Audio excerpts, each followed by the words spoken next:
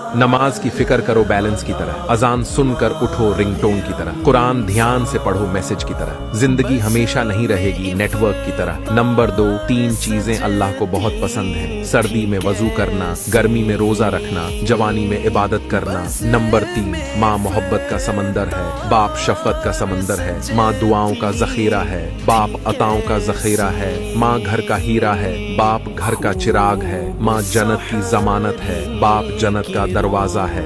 Number 4, जब माँ छोड़कर जाती है तो कोई दुआ देने वाला नहीं होता, और जब बाप छोड़कर जाता है तो कोई हौसला देने वाला नहीं होता। या अल्लाह हम सबके वालिदीन को सलामत रखना। नंबर 5, एक गलती हो जाए तो लोग बात नहीं करते, और हमसे इतने गुनाह होने के बाद भी अल्लाह हमारा रिज्क बंद नहीं करता। नंबर 6, नमाज चेहरे का नूर है, कुरान दिल का सुकून है, वजू से शक्ल, कुरान से अकल, और नमाज से नस्ल पाक होती है। नंबर 7, कहते हैं किसी के घर रोजाना जाने से इज्जत कम पड़ जाती है, मगर वाहिद अल्लाह का घर मस्जिद है, जहां रोज जाने से इज्जत बढ़ जाती है। वीडियो को लाइक तो कर लिया होगा दोस्त, अब मुझे फॉलो करके अपना दोस्त बना लो, हमेशा सही राह दिखाऊंगा।